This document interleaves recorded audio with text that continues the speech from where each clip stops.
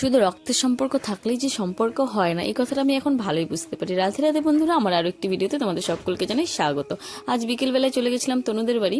ওদের বাড়ির কাছেই হচ্ছিল নাম কীর্তন। আমি কিন্তু এই কারণে যাই নাই, অন্য একটা কারণে গেছিলাম, সেটা তোমাদের একটু পরেই বলছি। তো আমরা বিকাল টাইমে গেছিলাম, বিকাল কি সন্ধ্যা টাইমেই গেছিলাম নাম কীর্তন শুনতে।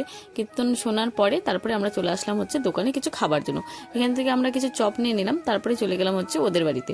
ওদের বাড়িতে বলতে কি, এটা হচ্ছে তনুর মামার বাড়িতে। মেন কারণ হচ্ছে ওর মামার বাড়িতে পূজা ছিল, সেই কারণেই এসেছি। এখানটায় হচ্ছিল লক্ষ্মীনারায়ণের পুজো। এখানটায় দেখো লক্ষ্মীনারায়ণ ঠাকুর, আর আশেপাশে কি ঠাকুর এটা না আমি জানি না, তোমরা যদি কেউ জেনে থাকো তাহলে কমেন্ট করে একবার জানিও। এখানটায় কেবলই পূজা শেষ হলো, আর এখানটায় বসে আছে হচ্ছে কাকিমা, মানে তনুর মা। তনুদের বাড়ি আর ওর মামার বাড়ি পাশাপাশি, খুব একটা কাছে না। তোমাদেরকে কেন বললাম যে রক্তের সম্পর্কই সবসময় বড় হয় না, কেন তনুর মামারা আমাকে খুবই ভালোবাসে, মানে নিজের রক্তের সম্পর্ক না হয়ে যে এত ভালোবাসে, একদম নিজের ভাগ্নির মতো, খুব খুব ভালোবাসে। তোমরা দেখতেই পাচ্ছ এখানে উঠানে সবাই প্রসাদ খাচ্ছে।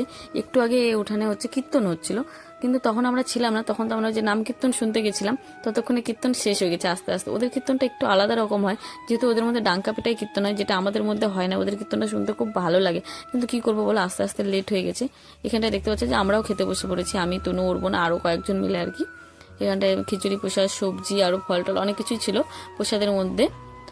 আমাদের খাওয়া হতে না হতে চলে আসলো হচ্ছে আমার মা, কাকি, বোনু, ওরা সবাই মিলে। আর তোমরা ভাবছো তো যে আমাদের এখানে বুঝি এখনো শীত শেষ হয় না, কিন্তু না, এটা হচ্ছে আমার অনেকদিন আগেকার ভিডিও, প্রায় 1.5 মাস হয়ে গেল। এটা হচ্ছে মাঘী পূর্ণিমার দিনকার ভিডিও।